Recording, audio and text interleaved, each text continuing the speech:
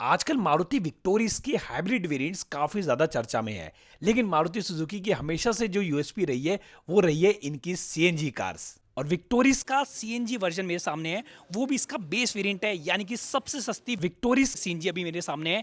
LXI CNG variant आप इस वक्त देख रहे हैं इसका। और बेस वेरिएंट होने के बावजूद भी ये आपको काफ़ी सारे अच्छे फीचर्स ऑफर करती है, जिसमें इसकी स्मार्ट कीज आ जाती है, अंडर बॉडी सीएनजी टैंक आ जाता है, साथ ही साथ इसमें आपको टच स्क्रीन इंफोटेनमेंट सिस्टम भी मिल जाता है। इतने सारे फीचर्स ये आपको 11,50,000 रुपए के एक्स शोरूम प्राइस में ऑफर कर रही है। तो डिटेल में बात करने वाले हैं इस मारुति सुजुकी विक्टोरियस के एलएक्सआई सीएनजी वेरिएंट के बारे में, और आपको बताएंगे कि क्या ये वेरिएंट आपके लिए अच्छा ऑप्शन रहेगा या फिर नहीं।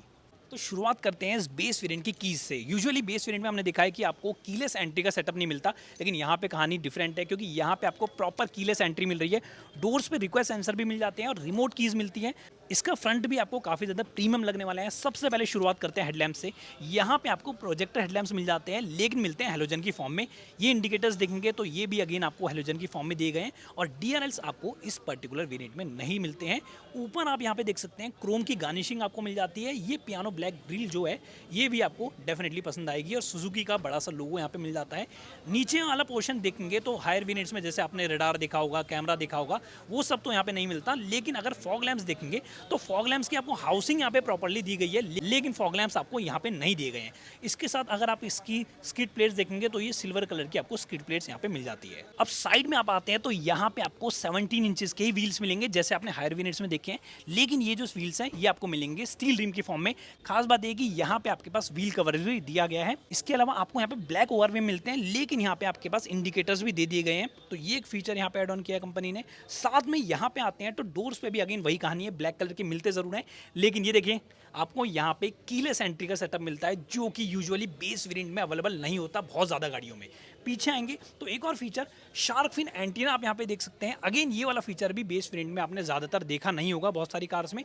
अब रियर में कहानी इसलिए थोड़ी सी डिफरेंट है, क्योंकि फ्रंट में आपने देखा था कि आपको हेलोजन हेडलैम्प्स मिल रहे थे। रियर में देखेंगे तो आपको जो टेल लैंप्स हैं वो आपको एलईडी की फॉर्म में मिलती है। साथ ही साथ इंडिकेटर्स हैं वो भी अगेन आपको एलईडी की फॉर्म में दिए गए हैं। ऑल्दो कनेक्टेड होते हुए फील होंगे ज़रूर, लेकिन ये कनेक्टेड टेल लैंप्स आपको यहाँ पे नहीं मिलते हैं।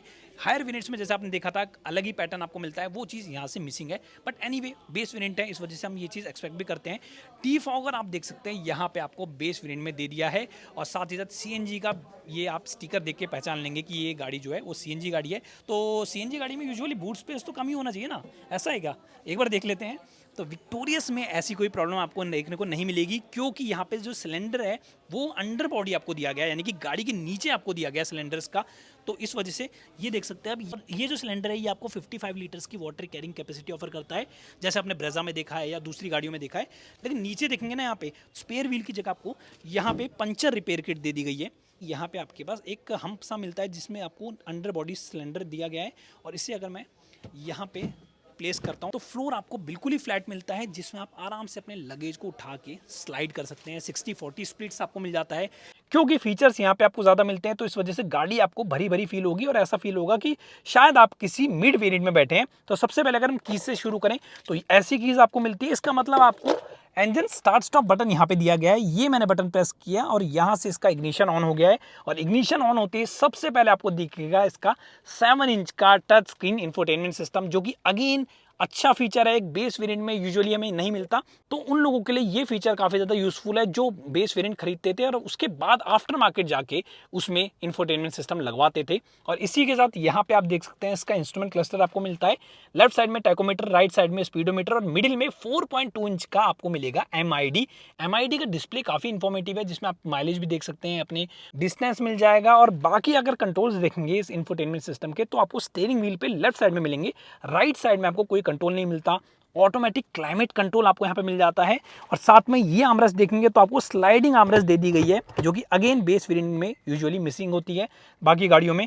और यहाँ पे आपको स्पेस दिया गया है कुछ सामान रखने के लिए, और यहाँ पे आपके पास 5 स्पीड का मैनुअल ट्रांसमिशन इस सीएनजी में मिलेगा। ऑटोमेटिक के अगर आप शौकीन है तो आपको सीएनजी वेरिएंट में ऑटोमेटिक नहीं मिल पाएगा। डुअल टोन डैशबोर्ड आपको मिल जाता है, अगेन ये भी काफ़ी प्रीमियम लगता है। इसके अलावा गाड़ी में आपको 6 एयर बैग्स मिल जाते हैं, ईएसपी मिल जाता है, हिल होल्ड कंट्रोल मिल जाता है। ये सारी फीचर्स गाड़ी में स्टैंडर्ड दिए गए हैं, यानी कि बेस वेरिएंट से दिए गए हैं।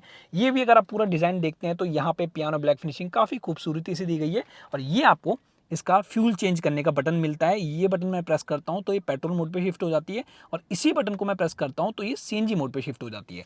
रियर में भी आपको जो फीचर्स मिलेंगे वो डिसेंट ही मिलने वाले हैं, जैसे कि रियर एसी वेंट्स आपको यहाँ पे मिल जाते हैं। ये स्लाइडिंग आर्मरेस्ट जैसे आपको फ्रंट में मिलता है उसी तरह का आर्मरेस्ट आपको यहाँ पे रियर में भी दिया गया है अगेन, लेकिन 2 कप होल्डर्स भी आपको यहाँ पे मिल जाते हैं और 3 आपको एडजस्टेबल हेडरेस्ट भी दिए गए हैं। बाकी लाइट्स मिल जाती है। तो ओवरऑल इसकी जो रियर सीट है ये भी आपको काफ़ी ज़्यादा फीचर लोडेड लगने वाली है। अब अगर बात करें इंजन की तो इसमें आपको 1.5 लीटर का K15C इंजन मिलता है जो सीएनजी मोड पे आपको लगभग 86 bhp की पावर प्रोड्यूस करेगा और 121 न्यूटन मीटर्स का टॉर्क प्रोड्यूस करके देगा। अब ये जो फिगर्स हैं ये सीएनजी मोड पे हैं। पेट्रोल मोड की फिगर्स की बात करें तो उसमें फिगर्स जो हैं वो थोड़ी सी ज़्यादा बढ़ जाएगी। माइलेज की बात करूँ तो कंपनी क्लेम करती है कि ये सीएनजी मोड पे आपको 27 किलोमीटर पर किलोग्राम तक की फ्यूल एफिशिएंसी ऑफर कर सकती है। बट आपको ये गाड़ी कैसी लगी हमें नीचे दी कमेंट्स में जरूर बताएं, फीचर्स कैसे लगे और प्राइस बेसिकली इसका कैसे लगा। अब वीडियो को शेयर कर दो उन लोगों से जो काफी टाइम से मारुति सुजुकी की विक्टोरियस को खरीदना चाहते थे और सीएनजी वेरिएंट को खरीदना चाहते थे, और कोई भी आपकी कोई है इस गाड़ी से रिलेटेड तो आप हमसे नीचे दी कमेंट्स में पूछ सकते हैं। और ऐसी वीडियोस आगे भी देखने के लिए कार एंड बाइक हिंदी को सब्सक्राइब करके बेल आइकन को प्रेस कर दें।